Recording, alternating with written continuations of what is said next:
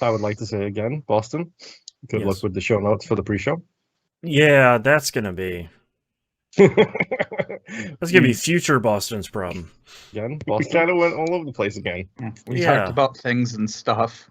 Yeah, every once in a while there's a week where I can just be like, hey man, I don't know. We cover like 30 different topics in about 20 minutes, so Uh-huh. you listen and find it. You write the show notes. Yeah, exactly. Yeah, You tell me what you think they should be, that's right. and then tell Hello, me what you Feyre. like about your magic. That's right. Which type of magic do you like? Write in the comments. Like and subscribe. Thanks so much. Oh, gosh. I did. My wife got my hairs cut. I finally remembered now that I was starting to get a little feral looking. No, dude, I'm fucking desperate. I need to get mine sorted out, but I'm lazy. Yeah. I'm very lazy. I didn't cut my hair for like 4 weeks just because we had the holiday break, and then I started my new job, and I was like, these people haven't even seen me with my head shaved yet. They haven't seen my final form. I was gonna say, but then I'm like, but my hair is like just getting long enough where I can grab it, and I'm like, this is too long. I need to shave it. Oh man. All right. Oh yes. I will say, I want it on the record here. I was having a textual conversation with friend of the show, Rob, about wrestling, and I know you guys don't care, so therefore I'm going to put it as a quick addendum to the front of this show. CM Punk is currently on an undefeated streak in AEW, and that's fine. He is a great wrestler, and the storylines he is telling is actually pretty solid. Nice. I am calling it now. You've probably heard the name Hook when it's been mentioned with professional wrestling. And that is Taz's son, for those of you who watched wrestling in the 90s. Okay. And he's kind of sick as shit as a really good, young, up-and-coming wrestler.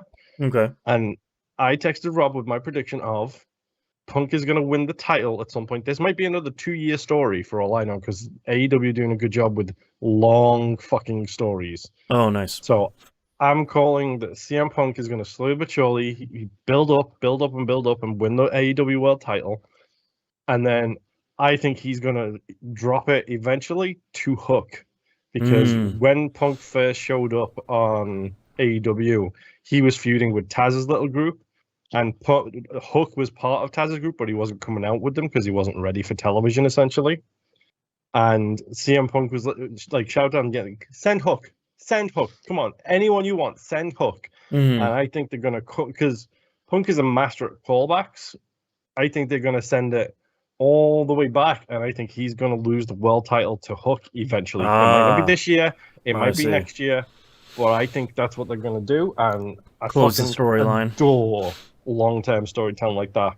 When he was in WWE, they put him with Randy Orton for like the 9th time, and he went out on the night on commentary, and he literally said, completely unscripted, I've got something to say and do something to do, and it's going to be because of something that happened a long time ago, and it was because Randy Orton cost him the world title 2 years before that, and guarantee that WWE didn't remember that, but CM Punk sure as shit did as a character and brought it into the storyline as to why he was feuding with Randy again. Right. It was a very good piece of business that Punk is very good at. So I am expecting Punk versus Hook for the world title at some point, maybe next year. You heard it here first, January 16th, 2022. Yes, Nostra McManus over here is what I would like to be called. Oh boy. All right, you guys ready to start this thing? Good luck with the pre-show notes. Yeah, God. I had to throw wrestling in there too, just to throw a real fucking spanner in the works. Yeah. All right, starting in 3, 2, 1. Welcome back to another episode of That Video Game Podcast. I'm your host, Boston. Joining me as always is Moonpear. Howdy. And the Nimp. Hello. Patreon.com/E1M1. The ones are numbers. You can go sign up there to be a patron at the $5 a month tier is the recommended one. That gets you everything, like the weekly exclusive uncensored Outcast. If you want to hear us do a speed run of as many topics as we can in about 20 minutes, you can. definitely this week's episode is the one for you.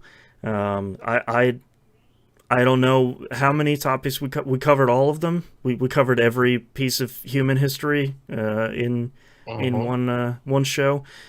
Which was the better society, Greek or Roman? That's that right. was the question that we answered on the pre-show. Yeah, listen for those questions and more over in the Outcast. You also get 2-week early access to We Roguelike It. Sorry, running on very little sleep. We Roguelike It, the show where Moon and I play every roguelike in history. We're clipping along. Thank you. We're clipping along with Wizard of Legend right now, and if you you also get 2-month early access to Critical Misses, where Moon and I are catching up on all the hits we missed.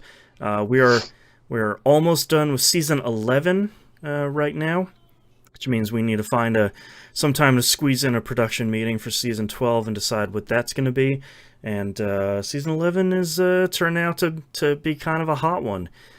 So I believe it's a little loopy, you might say. Heyo. Yeah, I think the patrons just got the second episode of season 11. So if you want to go get that, you can go listen to that now. Patreon.com/E1M1. The ones are numbers. Moon, what have you been playing this past week? Okay. So, I did. Yes, patrons did just get the second episode of this current season. I did finally wrap up Moonglow Bay. Oh, okay. Cool. Spoiler alert, I was like 20 minutes away from getting it done. There we go.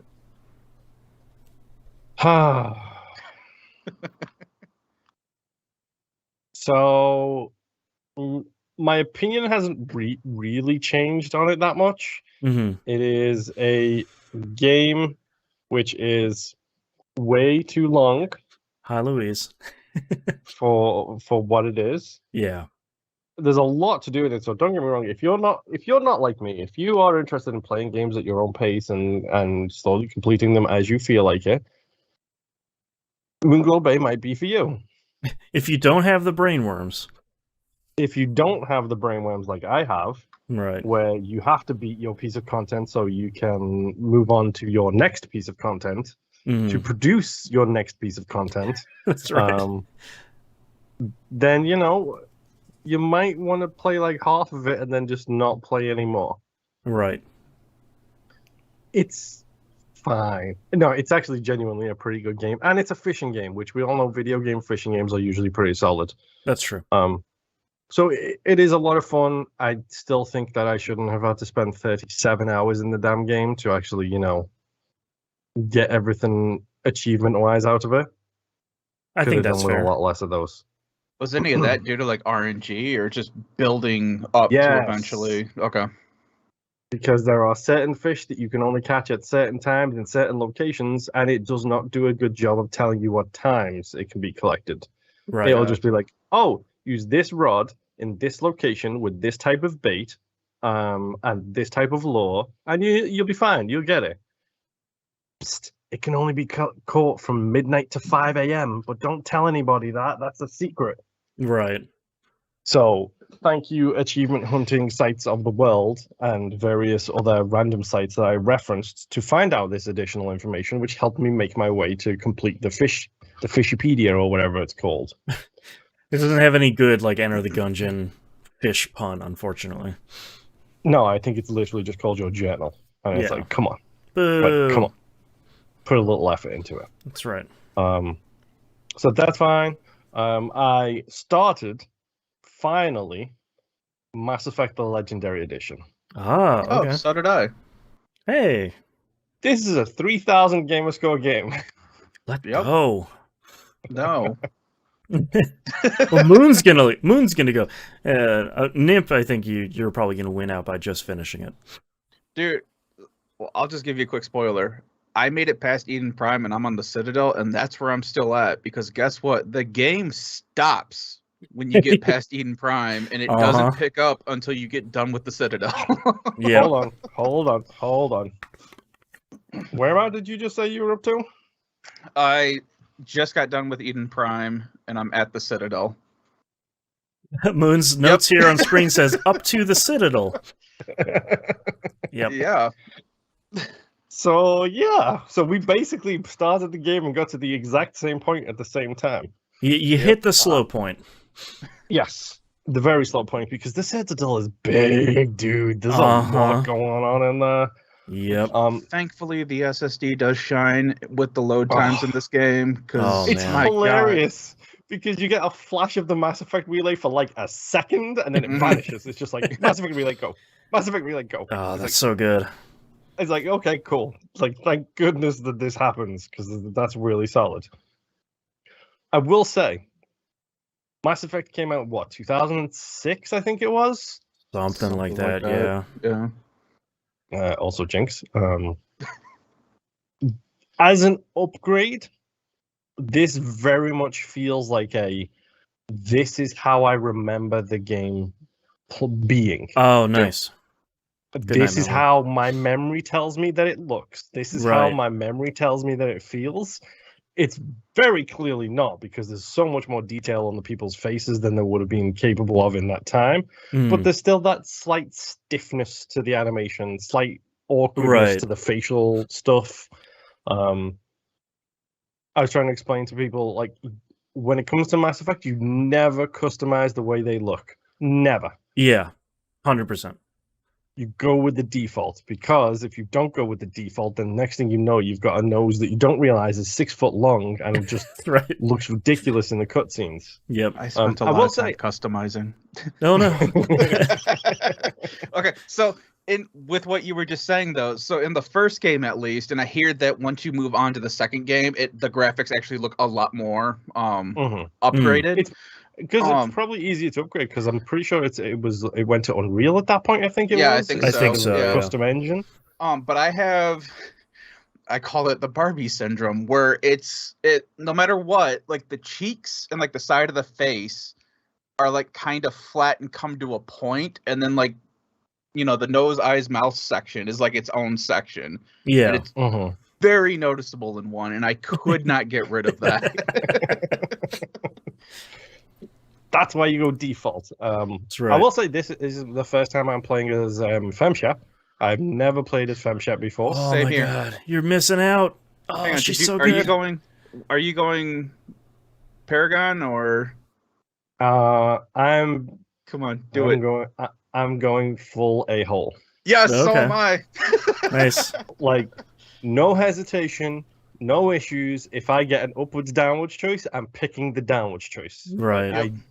I'm just picking that every time. I decked what's his face without even thinking about it. I didn't let him talk. Yeah. Because it makes the game go so much faster. Yep.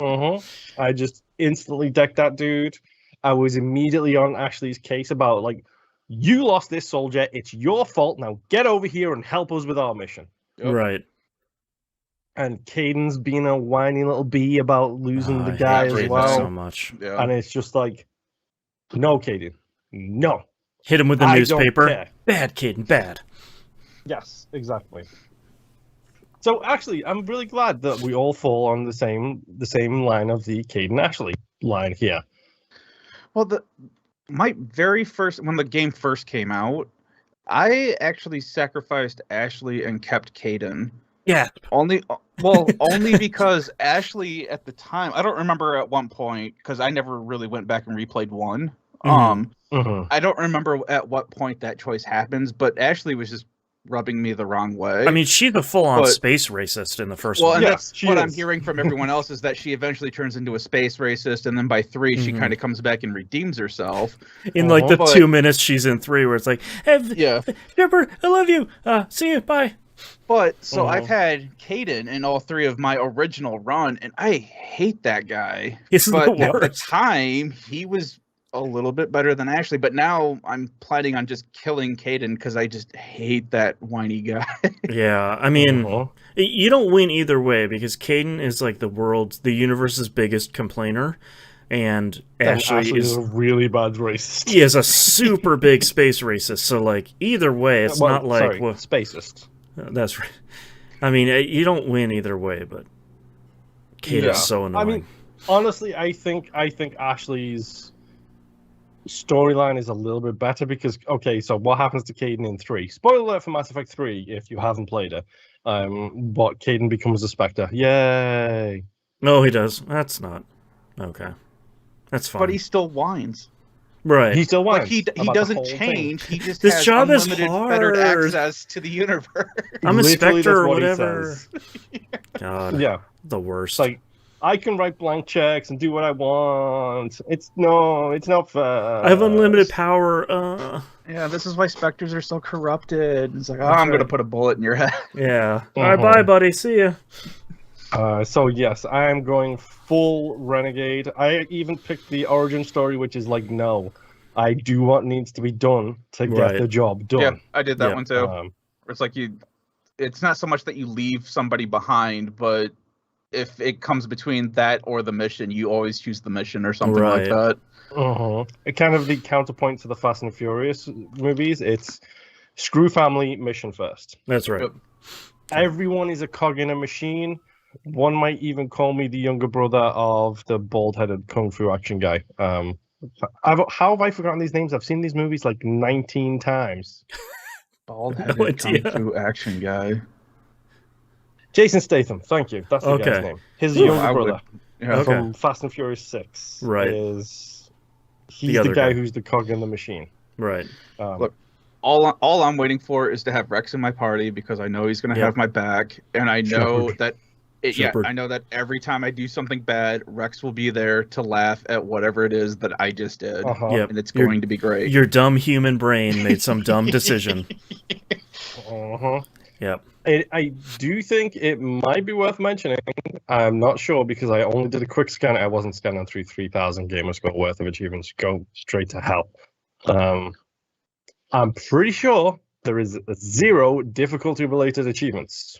I believe you're right because I remember that was the conversation when it first came out. I was like, guys, you're not gonna do this again, right? Like, I don't have to beat 3 games on crazy stupid difficulty. Like, you're not doing that, right? Because I did Yeah. that with the first ones, and minor spoiler alert, if you're planning on doing that for the first original releases, the only viable real way of doing it is being a soldier, which means you don't get Yep. any of the superpowers, you don't get any You of the just get a biotics or shotgun. anything like that. Yeah. Pretty Is- much, yes. Is the Legendary Edition 3,000 or 4,000 points? Because I thought there was It's a. 3,000, because it's Okay. like 2,975 or something like that, I think. I thought there was achievements for each of the games, and then there were like a umbrella achievements that carry over between all of them. I'm not too sure because a lot of the Mass Effect ones are like using different skills a certain amount of times. Oh, The okay. same ones from the original. Yeah. Oh, okay. But they I well- think they track across multiple games this time, which I think is like the I improvement. hope so. Yeah. I hope believe. so because that would be great because then I can change my class each game and not have to replay Eden Prime 17,000 times. That's right. I would look at it because I think that's what people were saying is like the great part of this. Where it's like I don't have to grind the first game anymore. I can just play all 3. You just saying replaying Eden Prime right now hurt my heart just That's a little right. bit thinking about that. That's right. Yep. But you know, it's Mass Effect. I will say, we have come a long way since the heady days of Mass Effect 1 because oh boy, do I keep using the Mass Effect 2 controls. Out of Yes. curiosity, Nimp, how many times have you thrown a grenade by accident? So many times. I was actually just gonna say that. Like, I think I hold like 5, and I think I'm constantly sitting with 1 grenade because I keep hitting the wrong button. Yeah. And then Like, I oh. found out that I can control when it blows up. Mm-hmm. Yeah, Mm. that doesn't help. No, especially not when you're hiding behind cover and then you hit the X button and then there's just a grenade next to your head and it's just like, Right. really?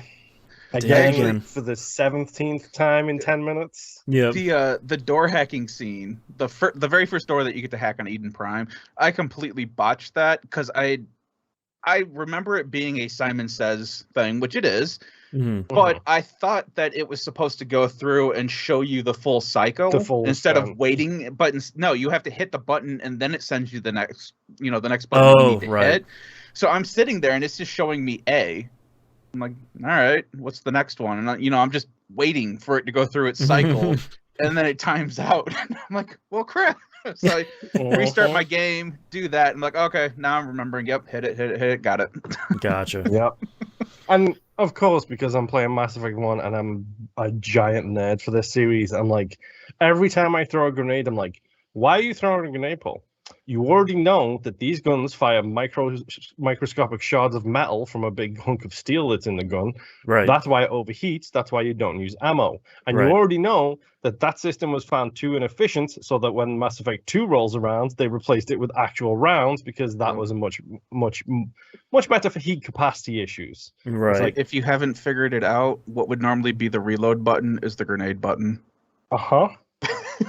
And it's one of those nightmares where I'm just like, every 10 minutes, I'm throwing a grenade, it's sticking next to my face, and then I'm running away so I can blow it up and try and keep moving forwards. Mhm. It's so hard to get used to the controls, and I completely and utterly forgot how much of an inventory game Mass Effect 1 is. Yes. Yeah. It's like, oh no, I've picked up like 17,000 guns and 6 pieces of armor, and I'm only off the first planet, and it's like, Yeah, you're oh, looking no. at 3 different stats for each piece of inventory, not including the modifications that you can add to them. Yeah. Oh Uh-huh, God. Yeah. And you also have to manage the inventory of your entire squad, which even at the Yep. moment is only 3 people, and it's like, oh god, there's going to be 9 of us, and this is going to be a mess. Man. What I forgot what it called it, but the I think it was the leveling system where you could choose classic or legendary. Legacy, yeah, Or legacy. yes, that's what it was, okay. classical, or no, it is legendary. It's classical or Okay. legendary. Which one did you go with? I went with legendary because it's like, Okay. I whatever. Like, I'm assuming you don't know this, Boston, but Mass Effect 1 famously had the level cap of 30, whereas Mass Effect 2 had the level cap of 60. Right. So the legendary leveling is basically, the level cap's 60, but every time you level up, you just get 2 levels. Yeah. Oh, okay. Well, that's fine. Just to help keep you up. It didn't really make sense for why they just didn't change it. Just leave it the original. Yeah. It just seemed like a weird choice because I was sitting there flipping back and forth reading the help tip, and I'm like, I'm not really understanding what else this is going to do for me. Right. So, Yeah. But no, like, it's Mass Effect 1. I don't want to spend 6 hours in the Citadel. I don't. It's all good stuff, but it's so slow and it's so big. It is. I want to get to my party members. I want to Right. go to Vermeer or wherever it is that's got. You want to get to the Elcor? Go say hi to them. Yes, 100%. I did find Enthusiastic it so reading. Yes. I Because one would shares take, an office with the ambassador of humans. I'm Yep. pretty sure. Like, Yep. it's right over the road. yeah, I've already found an Elcor, and I've already found a Hanar, who is the Oh, one that's trying to Hanar. convert you. That's God, I right. love those guys. That's right. That's a really good one. Can we all agree the Mass Effect games are still incredible games then? Mm-hmm. Yep. Like, I've always enjoyed the lore and the story with them. Like, honestly, Uh-huh. my only beef with the entire series is when they just blew up a relay. When they specifically had a DLC talking about if you blow up a relay, that wipes out that whole quadrant of Yeah. the area. Uh-huh. That has Yeah. been my only beef with the entire series. I was okay with the endings for 3. Yeah, they're could have been handled better, Sure. but I was okay with it. Yeah, and I think the Mass Effect games are the first 3 are classics for a reason. Like it's Yeah. very much like, you think of games like that era, like GTA 5, Skyrim, the Mass Effect games. Like these are all classics for a reason. Whether you love them or not, like that doesn't really matter. They're definitely classics. Well, even with Andromeda, like once I finally beat 1, 2, and 3, I was planning on playing Andromeda. God, I can't talk now. I'm planning on playing the 4th game. Right. Just because I remembered enjoying it. I liked it a lot. It wasn't as, I guess, like lore heavy or great as the first 3, but I mean, they were trying something new and trying to go into a new direction, and just Right. everyone just crapped all over that thing. Yep. Yeah. Like, Yeah. I liked Andromeda a lot. I'm right at the end of the game, but I never beat it because my current mission is one of the spoiler alert redacteds that Yeah. appears. Yeah. and I'm playing that on the hardest difficulty because there's an achievement to do so, and I get wiped out every time I go near that thing. Oh, nice. So I ground to a halt in that game because it's like, nope, this boss is too hard. Yeah. It's just too hard. Yeah. But no, it's fine. I will continue playing them. I'm probably gonna do the Citadel in little fits and starts, like do tiny little bit. Like, oh, I've got an hour and a half to kill. I'll just go and scan the keepers or whatever the hell the mission is going to be. I actually can't remember if that's 1 or 2. Oh, I think that's 1. That was the thing that was bleeding over into all 3 was the galactic readiness from 3. It's going to be dependent on everything you do from 1, 2 going into 3. That's such a cool change. Because I was just sitting here thinking, it's like, man, I'm just going to blow through a main quest, the Citadel, and then that thought just popped in my head. It's like, no, but that's going to screw me in 3 for the readiness. Yeah, that's cool. Dude, this sucks. This is on Game Pass too, right? Correct. Yes, it is. Nice. That's great. And it's great. It's fun. I love Mass Effect. Shocker, I have like 4 Mass Effect hoodies at this point. Mm-hmm. One of them I'm sad because I can't buy it again. But anyway, my final game this week, also on Game Pass, is The Gunk. Oh. I have started The Gunk. Wait, did I just hit a triple header? Yeah, dude. Hey, nice. All right. 4 hours. Who wants to go first? Oh, hell, I'm trying to think of where I'm at because I haven't played it in a week or so. I played about 30 minutes of it, so not me. I'm maybe about where you're at, Moon. Yeah. Maybe a little further. Yeah, I was just about to ask, did you do the tower? Okay, that was the last thing I remember doing. Literally the last thing I did. Okay, look at that. How did we do this with 2 different games, dude? Both of you are in the robot and you're synchronized your memories. It's perfect. Remember, drifting, you can't think about drifting, you just got to go with the drift. That's right. It's all by feel and memory. That's right. Yes, the Tokyo drift. That's right. Get with the program, Nim. Oh, man. Anyway, The Gunk. Boston, you go first. You play 30 minutes of it. You either have a good or a bad first impression. I think The Gunk makes a good first impression. It feels very much, this is a positive and not a negative. It reminds me a lot of like PS2 third-person kind of action games like Jak and Daxter and stuff like that. Like, it's pretty straightforward. It's not the revolutionary game you want. It looks really good. It runs pretty well. You slurp up a bunch of gunk. It seems cool. It seems like a fun, cool thing. So, I would legitimately classify this as the rebirth, one might say, of the B tier game. Because there's a lot of stuff about this that is really good. Like, I like the way it looks. I think the animation is good to wonky in places. Yeah, it's a little bit like every once in a while. There's even in the intro, there's an animation where it's like, that's okay, that's a little weird. Yeah, and like honestly, the lips don't move at all with the voice acting, or if they do, it does not look like they're saying what they are actually saying. Yeah. Right. Voice acting is pretty good, but honestly, this feels like a B game to me. Yeah. And I adore B games. Yes.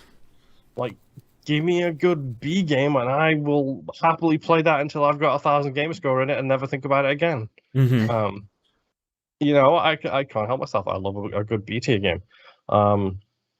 Story-wise, it's fine. Like I said, I think it looks pretty good. It feels very generic, with the exception of like the fluid dynamics in the Gunk, and especially when you've got all of the other stuff going on. Like, you probably haven't seen it yet, Boston, but there's floating sections of Gunk too that float in the air. Oh, cool. And I love the way that stuff looks, and I love the way it looks when you suck it into your weird hand clamp. Where does that go, by the way? In the backpack. Who knows? Just slurp up that Gunk.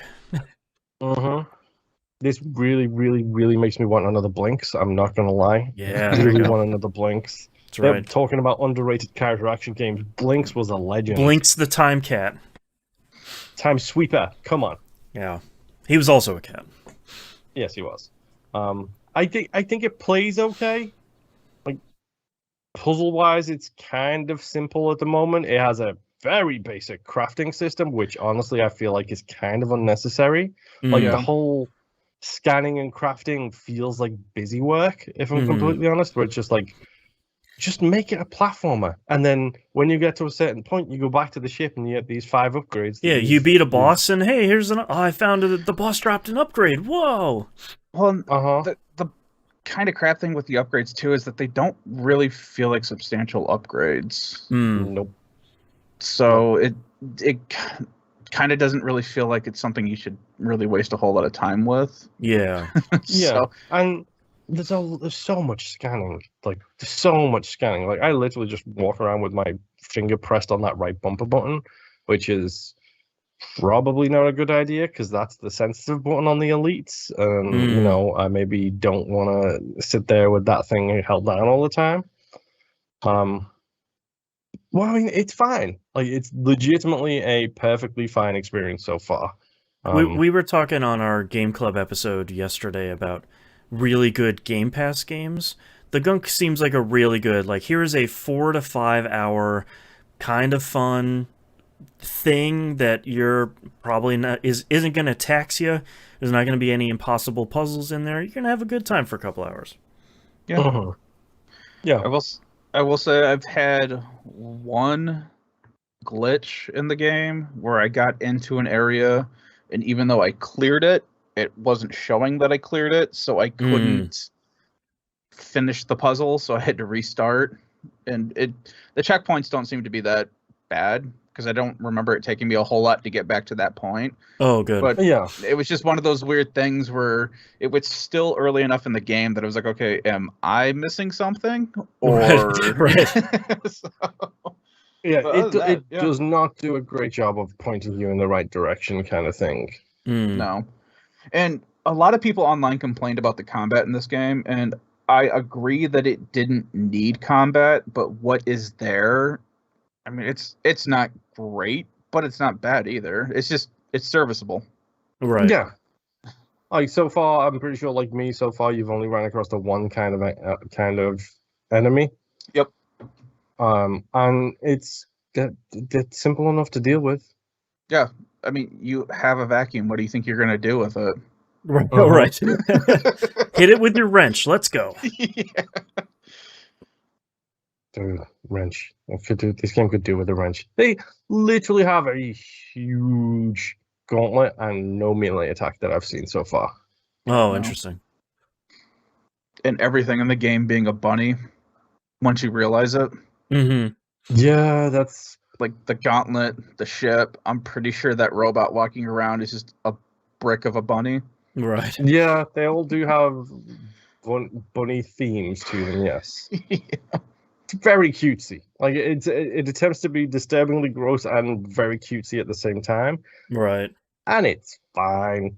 I will say I say it's fine, and it sounds derivative, but I'm actually enjoying my time playing it. I really am. Yeah. Like, it's a nice game. It's got decent enough music where you can have it on or you can listen to it on podcast. While may I recommend the fine podcasts available over at patreon.com/E1M1. That's right, the ones are numbers. Thank you. To listen to your podcast while playing B games like the Gunk. But it's good. Yeah. Sit down with your kids. Chill. Yep. Yes, very PG friendly kind of game as well. Yep. And most people are reporting they're finishing it in 4 or 5 hours. So you want something you can just kind of sit down and knock out? These two are probably about 20 minutes away from the ending. My problem is I paused. There's a lot to go do chores while I was doing it. So I think there's 7 chapters, and I think I'm up to chapter 4 or 5 so far. So not long left. But no, it's fine. It's fun. Go play it if you want to or not. As long as you're a Game Pass subscriber, you will have it in your library. I did download like 15 more games because I have a problem. Step 1 is admitting you have a problem. This is my step 1. I have a problem. Step 2 is ignoring it. This is a safe Step 2 space. is definitely ignoring your Xbox saying you're at critical hard drive storage space. You need to get rid of these. Dude, I installed the Mass Effect Legendary Edition, and it's like, cool, I can play Mass Effect 1. And then I flipped the stick to the right, and it's like, Mass Effect 2, install. Oh Mass Effect 3 no! install. I was gonna ask you, did that throw you off? Because when it downloaded like what was it, like 23 gigs or something like that? It was fast, Instantly. yeah. And I was like, "There's no And way you're like, in perfect, hell it all downloaded three. all Oh, three games with all SSD compression. DLC."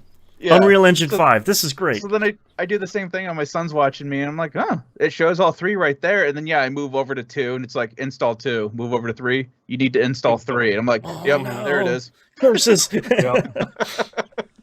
And now Great. now I think it's with all 3 games. I think it's sitting at 80 gigs. I Woof. didn't have the space to install them, so I didn't even try. Okay, yeah, it's at like 80 or 90 gigs for all Oh. 3 of them. Oh man. So- I'm gonna have to do some hard drive juggling to get the Mhm. second one installed eventually. So I had just installed the second one, delete the first one, install the third That's one, right. delete the second one, and Yep. I'll be fine. Yeah. There you I works out. can do it. That's I all I've believe been in you. playing. Nimp, take it away. go. All right. So I've kind of just jumped around to a lot of random things. Oh, okay. I got leftovers that I didn't talk about last time, and after I got my shot, I was not in the mood to play anything. So Yeah. the first couch potato game I played was Halo. Mhm. I have not gone back to the campaign yet. Is this Infinite? Yes. Okay. Yes. Yep. Yep, that one. Well, I was gonna say because I think last time I said it was 5, and I was like, wait, no, that's right. No, But anyway, yeah. There is a um, Halo 5, I forgot. Yeah, I did too. But anyway, so I've been playing a lot of the multiplayer, especially since I think it was a week or 2 by now.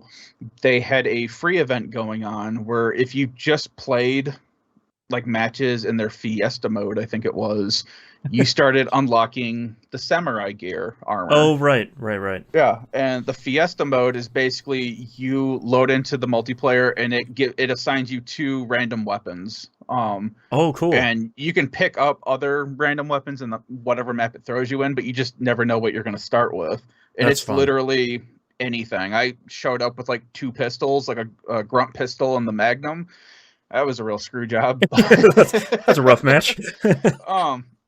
But I played a lot of that and did get my samurai armor. It looks kind of Nice. cool, but that's about it. I haven't touched the campaign, just haven't been feeling it lately. Yeah. So moving on from that, I checked out Transformers Battlegrounds, Mm. which is on Game Pass. This is one of the games I installed because I wanted to make Musen proud. That's right. This is baby's first XCOM in a good way with Oh, Transformers. interesting. Yeah, Okay. Yeah, like I everything clicked the trailer XCOM. for it and I was like, "Yep, I'm in." Yep.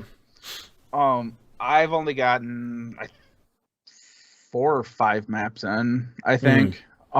It's the newer cartoon version, it seems like, that they're using for the Transformers. Okay. I don't know if it's the current one or the one before whatever they're on now, because I haven't kept up. Who knows? Yeah. Yeah, but it's been pretty fun. I have Gridlock now. I have Bumblebee is the one that you start with because his popularity blew up since the movies. Yeah. And then I have another one. I think her name was Wind Chaser or something. She's an airplane. She's whatever. She's fine. I'm glad that there is.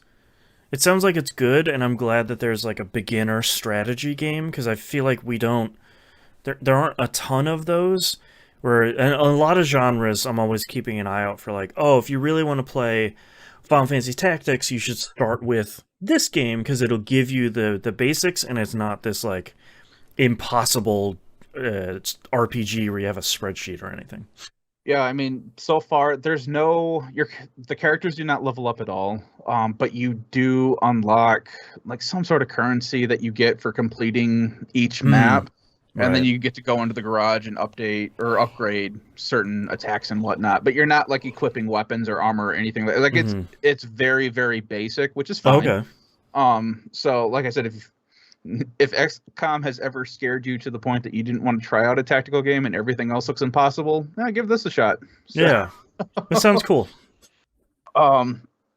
My next big game was that we picked up Super Smash Brothers for my son for Christmas. Ah, Or that he got How it for Christmas. which How Smash? many people has he unlocked yet with his Christmas? Oh man. A lot. I'm pretty sure he has all of them now. Ultimate. I think is the one you're Yeah. looking for, Boston. Ultimate Melee Ultimate or just Ultimate? I can never keep track. I don't know what I'll version of Google Dragon it. Ball we're in. I mean, Smash Brothers Ultimate. I'm gonna write Smash ? In my show Smash notes here. Switch. It's There Super you Smash go. Brothers Ultimate. Yeah, I'll just write Smash Brothers in the show notes and be like, you know which one? Come on. Yeah. So It's the N64 version, the only one that's allowed in elite competition these days. That's right. what is that, Brawl? Yeah. Anyway, so Brawl was the GameCube version, you Smash Brothers hypocrite. was it? Yes. Was Super Smash Brothers OG was called Super Smash Brothers. Moon, I feel like you're preaching to the wrong choir here. We're just like, hey man, I don't know. I know. I get to beat The up funny thing Yoshi. is, I literally don't care either. That's right. Dude, I know I played Brawl and I played Melee at some point. I couldn't tell you off the top of my head right now which console those two were on. Yep. It's been that long. Yep. One of them had Marth in it, and that was the one that I played the most. Okay. And I'll get to that later.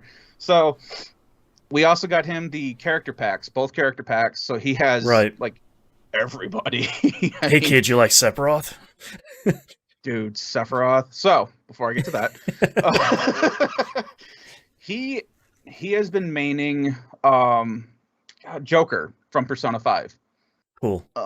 That's who he's been using. So he's a basic B then, using his DLC characters to win the game. No, he's a is. weeb. You know. Let's be honest. But he's the son of a weeb. Thank you very much. I was checking out. Hang on, I gotta write down. Yeah, I gotta write down the son of a weeb.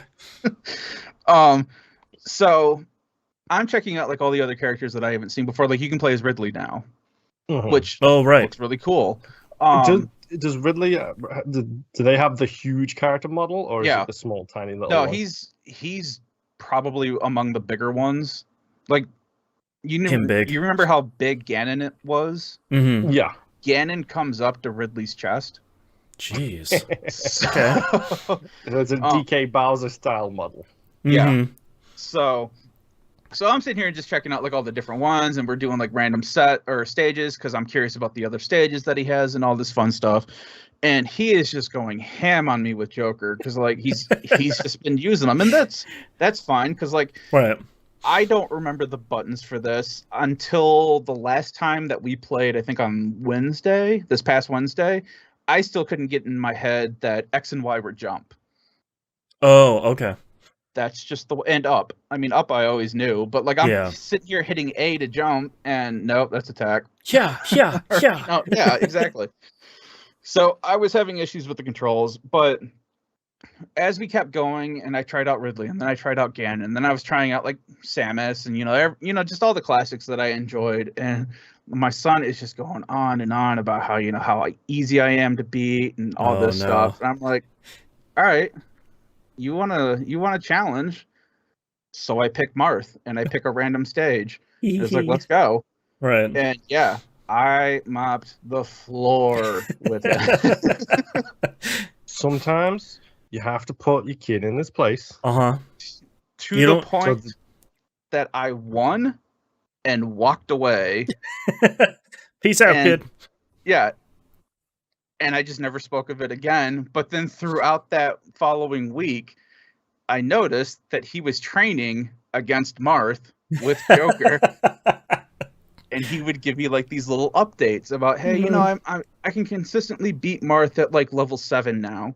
And then, like a day or two later, I can consistently beat him at 8. Nice. And then, like Thursday, Friday, he's like, I can beat him at level 9 like 1 out of 3 times. Yeah. And then you know what you do? You drop in as Captain Falcon and Falcon punch him right off the edge of the map. I was gonna say, next thing you do, you pull out Kirby and be like, "This is my final form. Let's go." So I escalated a little bit. Why did you go straight to God tier? That's right. Show him the business. Well, I can tell you right now that as of this recording, he has yet to beat me with Marth, or as playing as Marth. So he's got some learning to do. But I did check out Sephiroth. My God, I love how long that sword is and just how stupid it is. It's so good. His ultimate is he summons Meteor and does Supernova. Great. And it's not as long, which sucks, but it is still awesome. I respect that it is long, but it's a missed opportunity. Yeah. And yeah, and he started playing with Sora. He really likes it. But yeah, it's just amazing.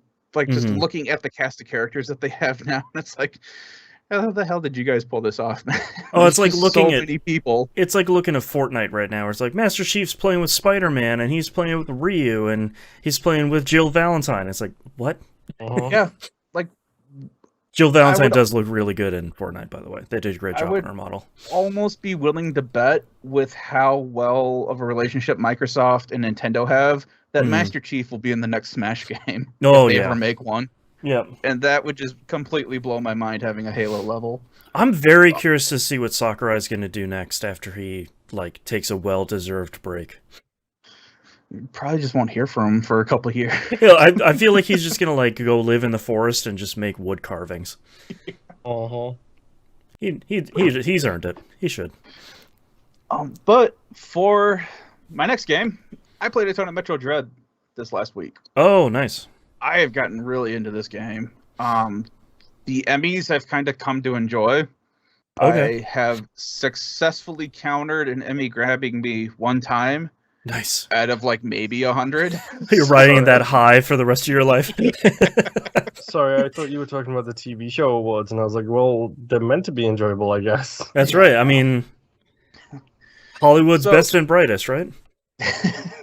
So the way that they break up the Emmys is that when you eventually Commercial breaks? Musical numbers. Yeah, exactly. God, you people are horrible. So, Hugh Jackman, everybody, back out to sing. Oh, he has got a great voice. so when you first get into a new area with an Emmy in it, Mhm. you have to get to the control unit so that way you can upgrade your blaster to the Omega Blaster so that way you can take it out. Oh, interesting. Each Emmy, though, is set up differently because when you destroy one, you end up getting their ability. Oh, cool. Okay. So, like, this last one that I did was super fast because that's the one that gives you, like, the super speed boost or whatever. So that way you can start busting through the speed blocks and do all the crazy dashing and stuff. What an interesting way of doing that. Okay, cool. So, all the Emmys kind of behave slightly different, and you kind of have to work around that. And on top of that, you also have bosses that you find. Each area so far has one boss in it, and those also give you abilities depending, or at least lead you to, like, you know, once you beat the boss, hey, the next room has this new It's a ability Chozo or whatever statue. in it. All right. Yeah, exactly. Right. So I have found 4 areas. I got stuck in this one area because later I found out that there was like a hidden wall that I had to blow up, and it was like right Metroid. there at an elevator. So for the longest time, like, I'm backtracking, I'm trying to figure this stuff out, and at this point in time, you're relegated to this one small section, and I'm like, all right, I can't find anything that I need to go to. Everything requires me to have something else to get into a new area. And so finally I had to look up, hey, I just beat this boss, now what? Oh, right. Which led me directly to a game fact, which basically had the exact same title that I just typed in. Oh. And everyone's like, hey, just check for hidden walls kind of in this general, area. Right. And I finally found it. Yeah. And that led me to continue on. But my God, did that suck finding it. Metroid games. Yeah.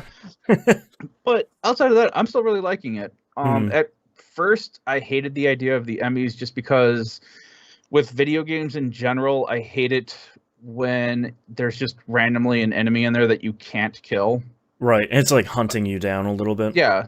Like it's not even scary. It just feels stupid. It's just it's annoying you. Yeah, well, the one that sticks out to me right now is from Gears of War, when you had what were they called? The Banshees, I think it was. The blind ones. The Brute, I think it is. I don't remember what they're called, but yeah, the blind ones were. Yeah. Those levels always just seemed like it would break down the action to the point where it's like, okay, this kind of stopped being fun, and I'm just waiting for the Hammer of Dawn to recharge so I can beat this. Berserker. Is that what? Gotcha. Okay. How about when it's justified though? And one time while I say when it is justified is Dead Space 2. That thing in Dead, is it 2? Yes, it's 2, because 2 is the one with the eye incident, and you have to deal with that unkillable thing before you deal with the eye incident. Right. I honestly don't remember that one. Well, I mean, too. Even in Metroid, they've done that well before with Metroid Fusion with the SAX. Yeah, because like you had the Shadow Samus and like that one was pretty cool. Like she was hunting you down, but like not intensely all the time. There was kind of like a quick flare up where it's like, I gotta run, gotta go. Yeah, for me in general, I am not a fan of that kind of enemy design. Especially since it always seems to be in games where it's like everything up to this point was fine, and then oh no, here's this one enemy that lore-wise you can't kill. Yeah. But we've all played them and we've all beaten them, so I get over it. But right. So I initially thought I would hate the Emmys because of that, and now I just find them to be like this kind of fun puzzle that you have to figure out, because you're kind of under the gun to get through this area to figure out where you need to go. The Emmy can sense you if it's within a certain distance of you, and then of course you see its field cone moving around, so you're trying to like, oh crap, there it is, and oh, it can't see me. So I don't know. Here I think it's all right. Yeah. You still get that little jolt when it does see you, and you're like, oh crap, and you're just trying to run, and you're sliding under things to get away from it, and but really like the game. So last game I have to talk about is The Pit. The Pit? Yes.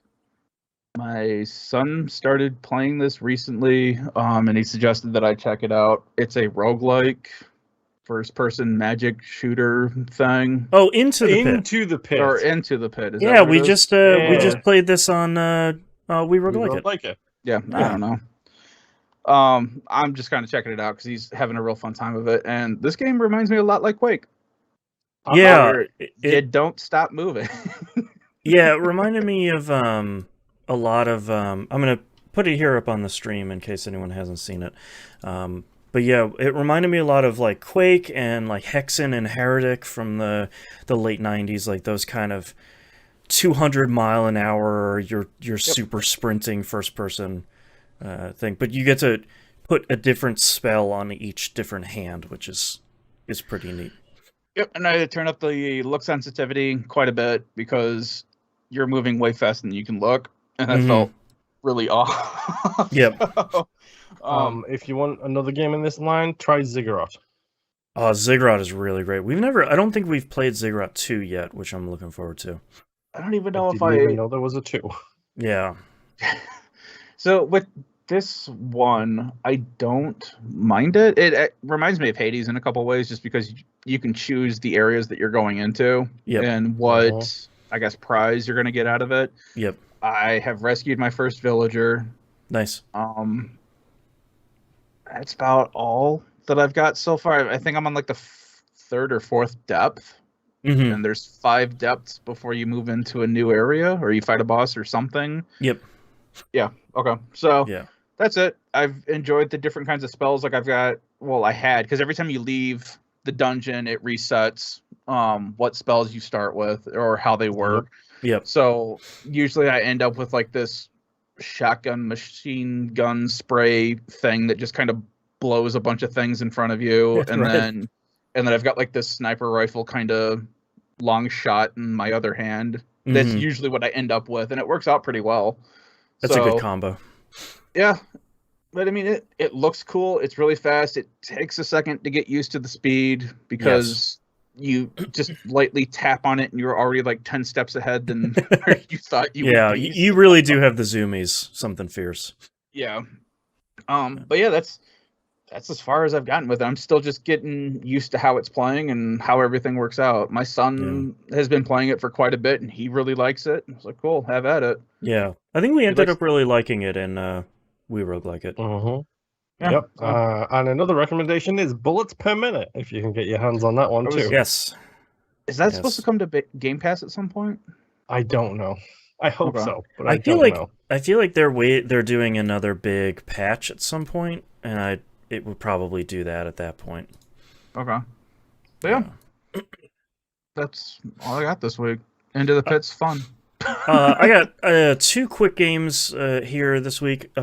Over on the Switch, Picross S7 just came out. Again, only $10. Has like whatever, how many hundred puzzles. This one's notable because it has touchscreen support this time, which turns out is actually really pretty good in this game.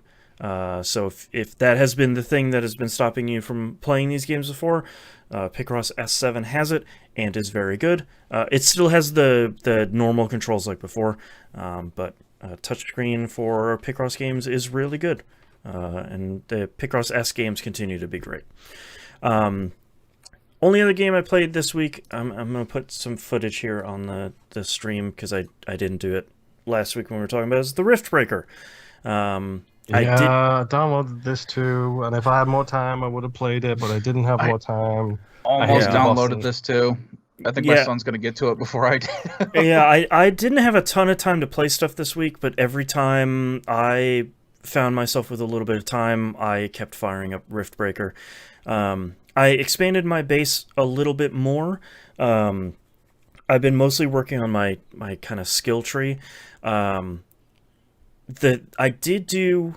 So there's a bunch of interesting stuff in the game. There's 3 research trees. One of them is like your base buildings. The other one is weapons that you equip on your robot, whose name is Mr. Riggs. And the third one is alien research. So if you hold the 2 shoulder buttons, you shoot out this kind of like research laser, and you can use it to inspect or investigate enemies and flora and fauna all over the planet.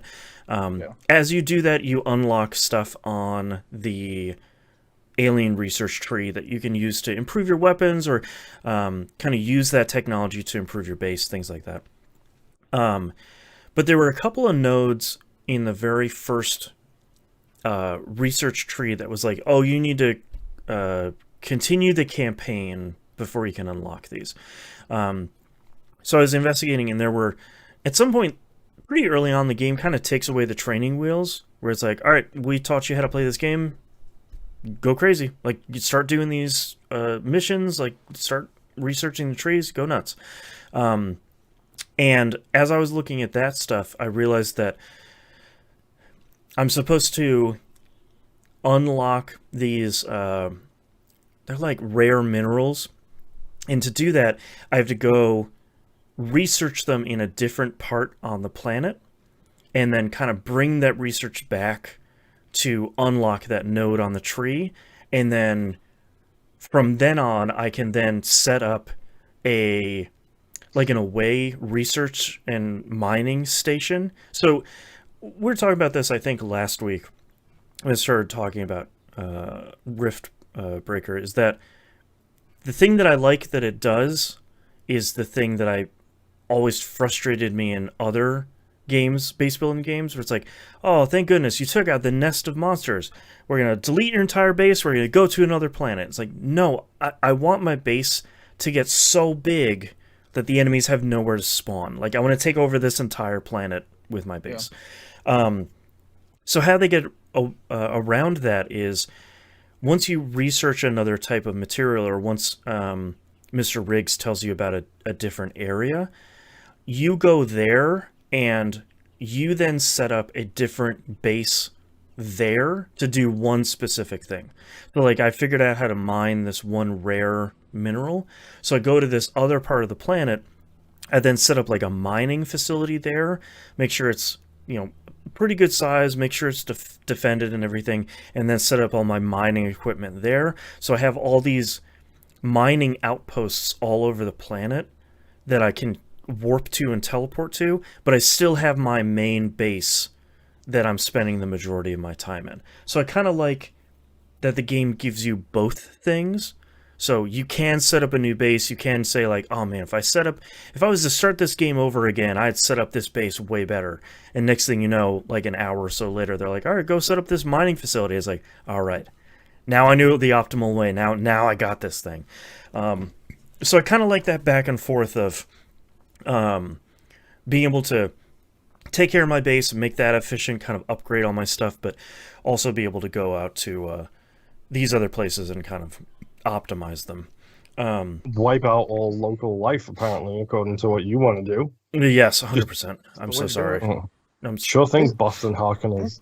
Game looks a lot like StarCraft.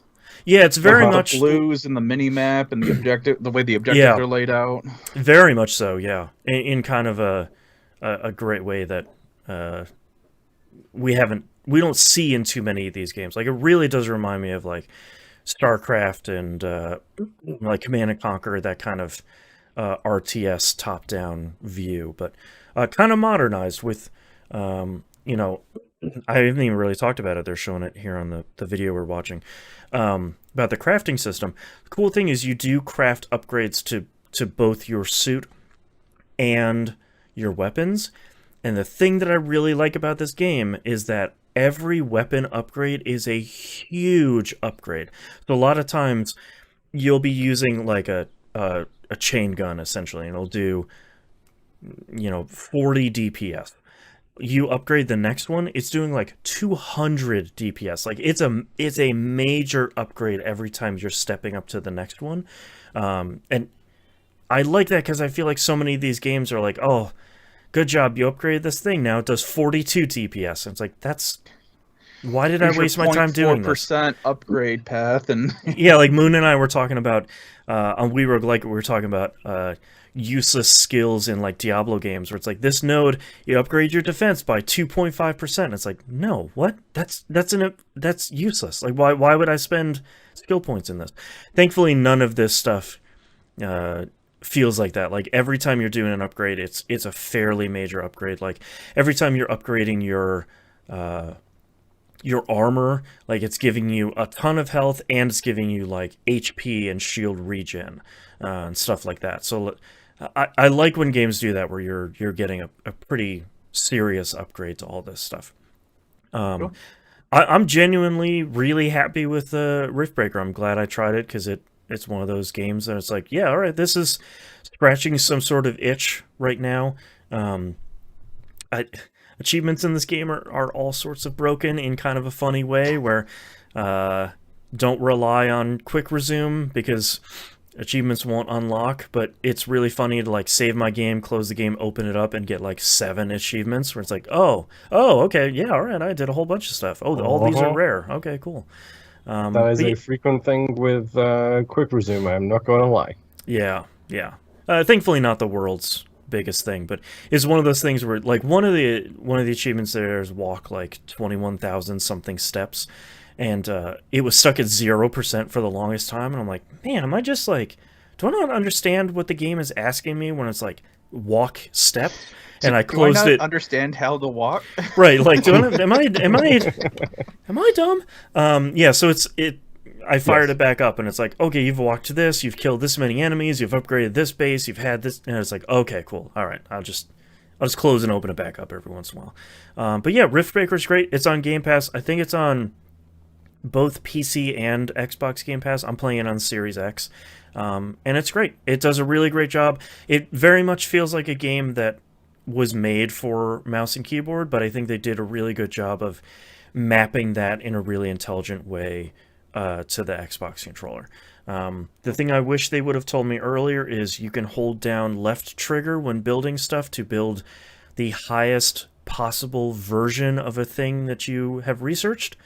That would have been pretty good to know way earlier, but thankfully I now know that, instead of having to build a whole bunch of stuff and then upgrade it a whole bunch of times, because that was real bad. But left trigger, that's the key. Yeah, Riftbreaker, go check it out. It's really great. That's all I've been playing this week. Let's take a break. Dope. Oh, man. What time is it? 4 o'clock. Okay. Trying to get through the rest of this so Moon and I can do our production meeting here at the end. Wah, wah. It won't be 45 minutes this time. Wink. Oh, man. Pharaoh Reigns in chat says Riftbreaker is available on Android as well. Ooh. Interesting. Good to know.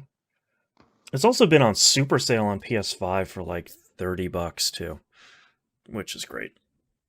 Oh man. Yeah, I'll have to check it out because I'm in this weird funk where it's just nothing seems good to play right now. Like I've been bouncing between games for a while now. That's why I fired it up. Is like I don't really know what this game is. It has a cool robot on the cover, so it's chances are probably good that it's going to be at least interesting. It's like, yeah, all right, sure. Apparently, I'm in the mood for this thing. Well, and that was why I started up Mass Effect 2, so or Mass Effect 1, was because it was like, oh, cool, just redo this, and then I get to the Citadel, and I'm just like, fuck. You're right. That's right. Yeah. Feyrer says, and for those not in the Discord server, Astroneer runs great on the Switch. That is genuinely surprising and very good to hear. Cool. Yeah. I think I saw a note that they just put out a new patch and it added pets or something, and I was like, no, I can't. Yep. You can't tell me about this. I can't get back in there. I will start with automation, and it will never end. Because you're already ignoring your pets in No Man's Sky. That's right. Man, yeah. Goodness. All right, you guys ready to wrap this thing up? Yep. Sure. Why not? Starting in 3, 2, 1. Let's talk releases for the week of January 17th, 2022. Nobody Saves the World comes out on Xbox One, Series consoles, and PC. This is Game Pass day and date. This is a Drinkbox's new game, the Guacamelee peeps. This I watched a trailer for this, and I'm still not entirely sure what I'm watching, which is probably a good indication that I should just grab it from Game Pass when it comes out this week. So listen to the show next week, I guess, because at least one of us will probably check it out, because Drinkbox makes good stuff. Metroidvanias. Yeah, exactly. River City Girls comes out on PS5. That's that cool 2D beat 'em up. I played a bunch of that on Xbox a while ago. Paparazzi comes out on Xbox One, Series X, and PC. If you ever wanted to take cool pictures of cool dogs, Paparazzi is the game for you. That's literally the game. So yeah, it's Pokemon Snap with dogs, essentially. Yes, 100%. Yeah. Because why not? Yeah. The game I'm most interested to see reviews for this week, Rainbow Six Extraction comes out PS4, PS5, Xbox One, Series consoles, Stadia, and PC. I'm very curious to see what this turns out to be. I know the Anacrusis just came out on, like, the early access preview for that just came out on Game Pass this past week. I haven't grabbed that yet, but it seems like this is very much in that get a bunch of friends, do a 4-player, multiplayer sort of thing. I think it's 4 players, 3 players maybe? 3, I believe. I think the pessimist in me says this is the test for an engine upgrade for Siege. But the optimist in me is we could use more cool multiplayer games like this. Yep. And I'm not too sure, but I'm pretty sure. Well, I know for a fact, by the way, you missed it. Paparazzi is Game Pass day and date. Oh, thank you. I did not know that. So just a pro tip for your Doggy Snap fans out there. Yeah. And I think Extraction launches Ubisoft Plus on Xbox as well, which also means I do believe that Extraction is going to be Game Pass day and date as well. Yeah, there's still a little confusion coming from Ubisoft about Ubisoft Plus on Xbox because they're integrating it more in a Game Pass, and like I feel like every time people ask them like, "Oh, is there do you get it for Game Pass? Like, are you going to get a Ubisoft Plus game because you have Game Pass?" And Ubisoft's like, no, that's crazy. You ask them the next day and they're like, yeah, of course, like we're a fully integrated partner. So who knows? Not even Ubisoft knows. So at this point, does Ubisoft know anything based on how much of a dumpster fire that company is turning They into? do not. No. But they know how to do bad stuff, but every video game company does at this point. True. Last video game here on the list, Windjammers 2 comes out. PC, Switch, PS4, Xbox One, and Stadia. I've never played a Windjammers game, which is ironic considering I'm part of the Dooders community. Right. Also, Boston, just so you know, pretty sure Game Pass day and date. Great. That would be great. That would be good.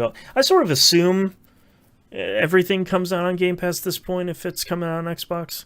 And if not, then it usually comes out right after I buy it. Cough Lake. So, just figure. Dude, Lake was right after we all bought it. So angry. I wouldn't have been mad if I had enjoyed that game. It'd be like, all right, great.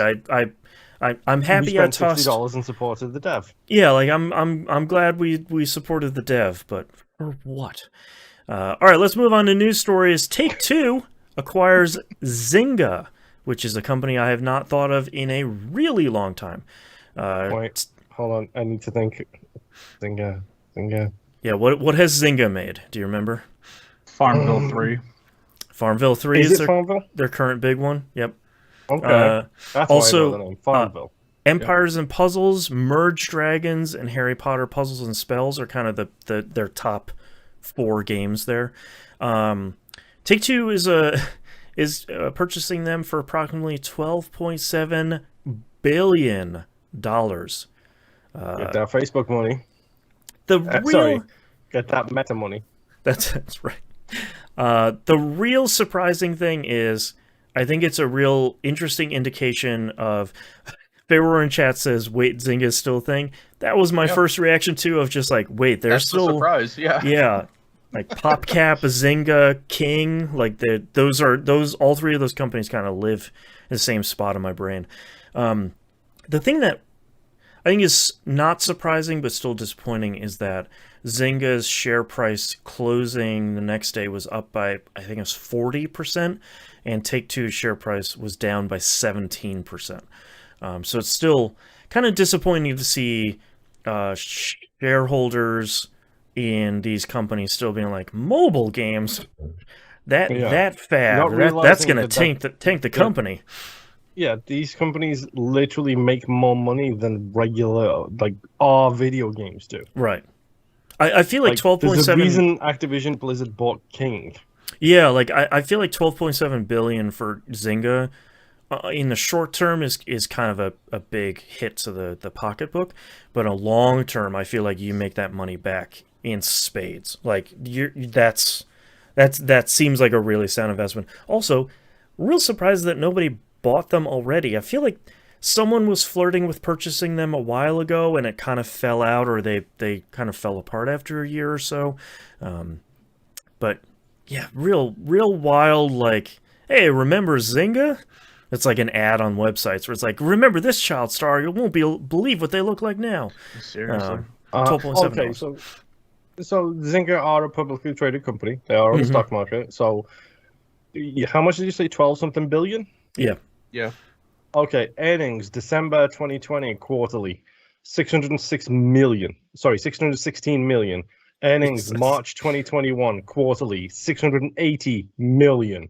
Man. June 2021, 720 million. September 2021, pandemic years, all of these, 704.7 million. They got a steal. Yeah, they got that. It's still so surprising that people are like, mobile games. How could this is how are you gonna make money on those? And it's like, you're just gonna make it hand over fist, dude.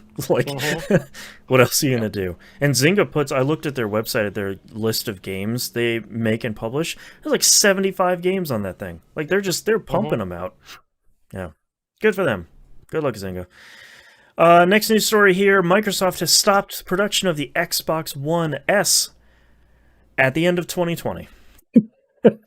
We are now finding this out as people are realizing that, hey, it's still pretty hard to find these consoles. Cindy Walker, Senior Director of Xbox Console Product Marketing, which has to be a really cool title, says, quote, "To focus on production of Xbox Series X and S, we stopped production for all Xbox One consoles at the end of 2020. Because I believe it's like 2019 they stopped the production of the Xbox One X, and that disc-free version didn't last very long. It's like this is the last Xbox One that they were manufacturing, which makes sense. If they need those parts, if there's any sort of similar architecture between the two. They probably need the warehouses. Yeah, like you probably need And the any factories. production.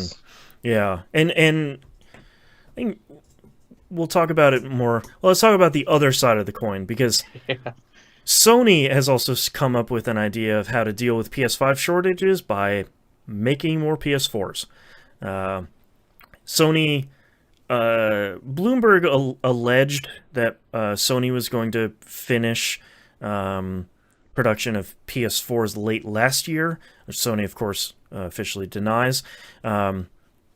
Unfortunately, Sony is having problems sourcing the chips for PS5 because everybody is having problems sourcing everything. So they're saying that they are able to find parts for the PS4 a lot easier. So they want to get more consoles in the marketplace. This one's really interesting because not only is this kind of missing the point where you don't want a PS4, because just like the jump from Xbox One to the Series console, same with jump from PS4 to PS5, it is a large jump. Like not only just for the SSD but for everything. It's a huge jump. I feel like people going out and looking for a PS5 and finding a PS4 Pro, that's not really second place. Like it's not, but in one of the articles that I was reading, Sony was saying that the PlayStation 4 was still selling like hotcakes during the pandemic, and they couldn't keep up with making those as well. I mean, the reality of the Series X and the PS5 is that they're $500. Like, that's a lot of cash. And I feel like Microsoft has done a really smart thing with the previous gen consoles by saying, hey, now we have xCloud on the console, so if you have a 4K capable TV, you can stream 4K games through xCloud to your console. So, we know you're having a hard time finding the consoles, but you know, here's at least a band-aid if you have all the prerequisite streaming stuff. I think this is a really interesting thing because I feel like Microsoft has won out on a production standpoint with their consoles, because it seems like they are more easily, at different times, they're more easily able to make the Series X or the Series S. So since the two have similar but kind of different architecture, it seems like it's a little easier for them to source certain parts.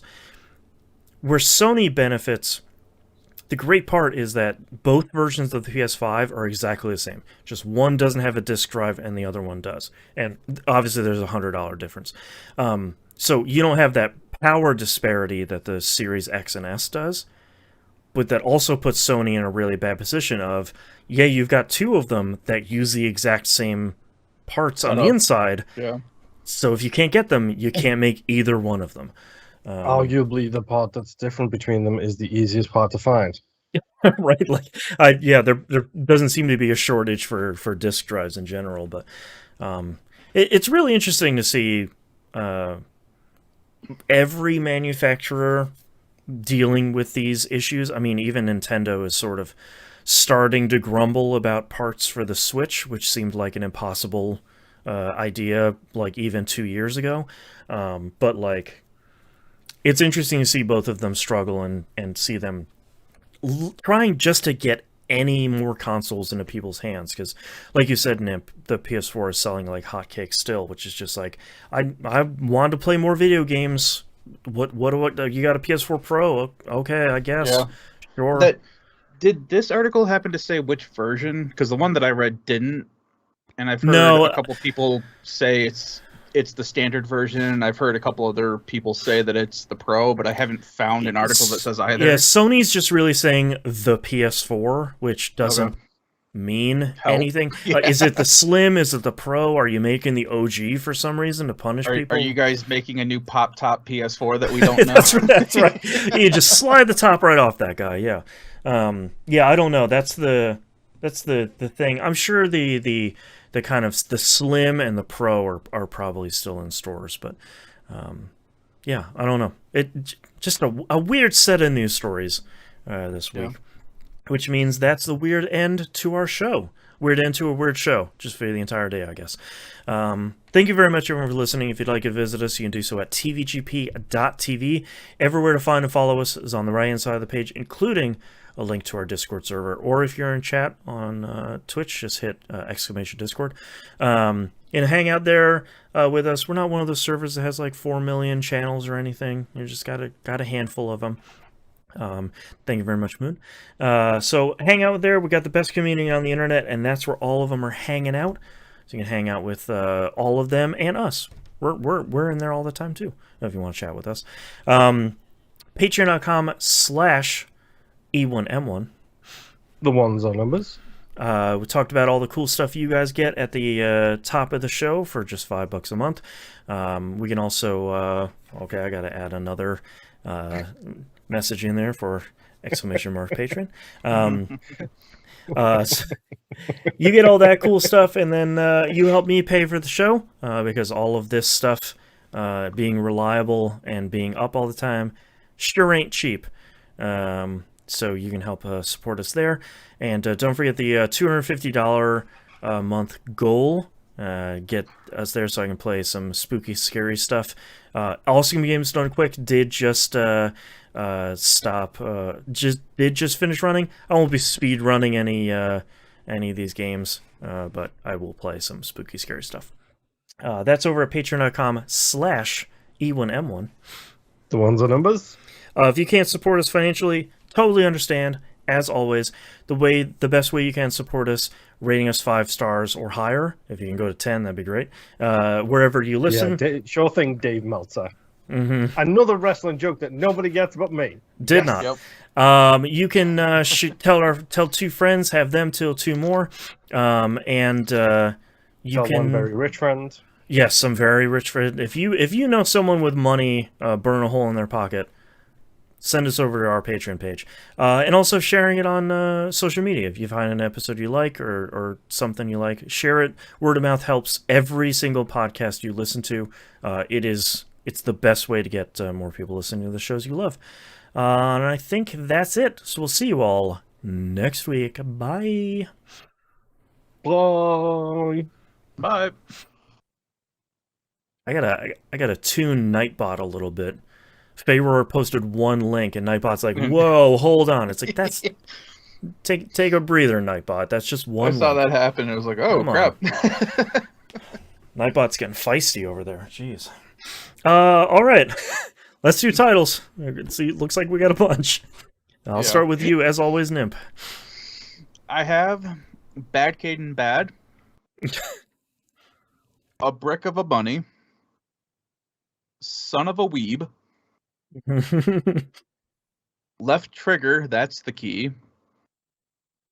And then I also wrote down everything that Faerun had. If you wanted those 2, or if you already did. Yeah, I wrote down most of those, yeah. Okay, so that's all I got. Moon, what you got? Fishipedia. Different one here. Bad Caden, comma, no, exclamation point. Spacist. I saw the giggle, Boston. I know it's attempted to veto it, but I saw the giggle. The Tokyo Drift. Both in the Robot.